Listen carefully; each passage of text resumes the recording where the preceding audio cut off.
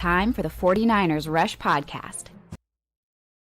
All right, we are now to number 60 of the 49ers roster countdown, and we have a familiar face, running back JaMycal Hasty. Hasty season, baby. This was one of the players that turned into a fan favorite, the undrafted free agent running back, Kyle Shanahan, all those things.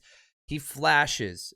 He really, really does. Last year took some steps back when given the opportunity, but still played some meaningful snaps. There's no doubt about it. Jersey number 23, and he's small, 5'8", 205. Little bitty bowling ball, 25 years old, entering his third season. Now, he is an East Texas boy. Longview High School, the Fighting Lobos, which put out a lot of really, really good players that have made it to the NFL. Now, he chose to stay in Texas, played at Baylor.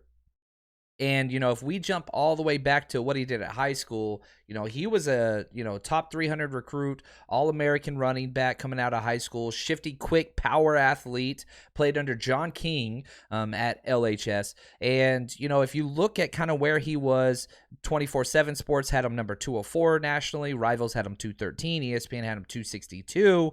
And, he was, all over the place. Now, he played in a lot of the Semper Fidelis All-American Bowl, All-Star games, all this stuff. Now, what he was able to accomplish in high school was pretty impressive. Also played basketball, ran track, and is kind of turned into, I know some people at Baylor, you ask them about JaMycal Hasty, you better sit down and relax because they're just going to say nothing but positive things for a long time.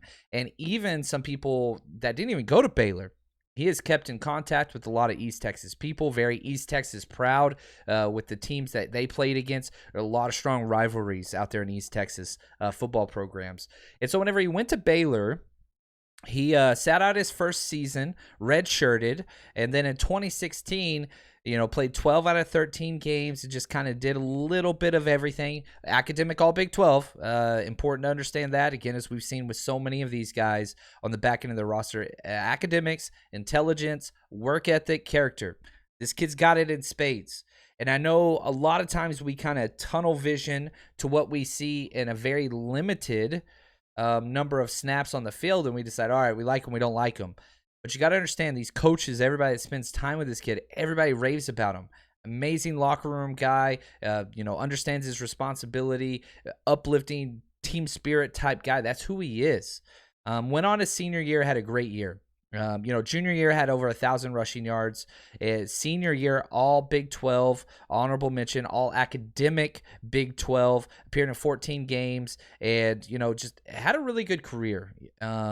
If you look at just what he's done in college, he was very, very productive. Now, he was undrafted, smaller guy, not super fast, just kind of a do-it-all guy, but small. And I think the 5'8" is rough because I think what he's best at, JaMycal Hasty, is third down back. That's really where he should be. The small target caused some issues at different points in the season, especially whenever you don't have the most accurate quarterbacks, whether it's Jimmy Garoppolo or Trey Lance. It does give him a smaller target. Now, he's, if you look at just what he did at Baylor, played in 41 career games, almost 2,000 career rushing yards, 79 receptions. He's just a productive guy. Now, let's jump to what his metrics are and what he's done in the NFL with his 3 seasons, okay? So 40-yard dash, 4.55. No issues there. Not elite, not bad, just all right. 225-pound bench press, he got 15 reps. All right, not bad. 39-inch vertical, great, superb. I had a 6-round grade on him. He went undrafted. And whenever he signed with the 49ers, right afterwards in 2020, he was a priority free agent.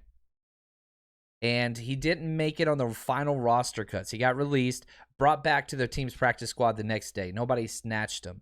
And then he got elevated a couple times against the Giants and all that stuff. And it's just kind of bounced back and forth with pretty much his entire, career. You look at what he's done in 2020, 2021. This is his 3rd season. He's shown up in 19 games, 0 starts, but he's got some work done. 55 career rush attempts for 216 yards.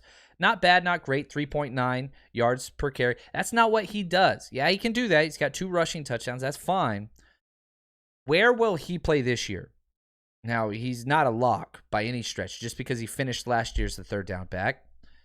But, 37 targets. He's got 30 receptions on 37 targets. That's pretty good. 190 yards, 6.3 average. That's good. No receiving touchdowns, but 7 first downs last year receiving-wise. Catch rate of 81%. Pretty good. Not great, but pretty good. Now, the fumbles are an issue. That was an issue before. It's an issue now. He's put the ball on the ground 4 times. Only lost 1 of those, but still put the ball on the ground 4 times on the limited numbers of carries that JaMycal Hasty has had. That's not positive. They tried him at kick returner. Didn't really work out. They like him, but somebody has to take it from him because you know what you're getting with him. And can he improve? Yes, he can. Is the book written on this kid? No, it is not. He's an NFL running back because he's a specialist and special teamer and awesome attitude and work ethic. So what's the best case scenario this year? We have him number 60. 53 people make it.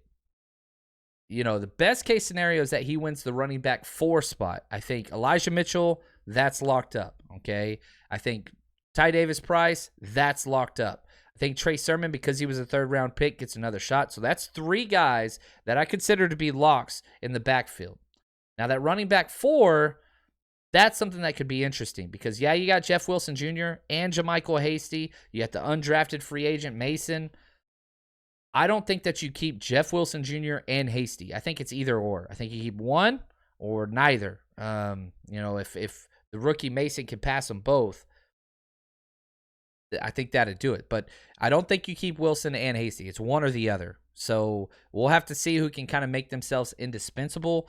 But, best case scenario, again, for Hasty is third down back special teams. That's best case. Most likely, I think Hasty offers more than Jeff Wilson Jr. And I love Jeff Wilson Jr., but the problem is that Jeff Wilson Jr. can kind of do it all. He can be the every down back. I don't think Hasty can. So that's the rough area. But I like this kid. I've been very the funny thing is I hate Baylor. I can't stand Baylor, but I kind of like some of the Baylor guys that come out of there.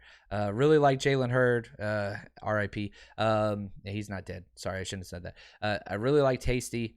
I hate Baylor, but I really like some of these prospects that come out of there. And for him to wind up number 60 on our list, there's going to be a time that he plays for the 49ers this season. Could he get snatched by another team? It's possible. There's so many Shanahan offensive disciples out there. If they need a third down back, they could snatch him if he doesn't make the 53. But part of me says he's going to be on there. My betting odds, I would bet on Hasty making the roster over Jeff Wilson Jr. That's just kind of where I stand now. Now, this list might not reflect that because if Wilson makes the roster, I think he'll get more work, if that makes sense. Want to say thank you to Anthony and Josh. Incredible job producing this series. We're just going to keep counting them down.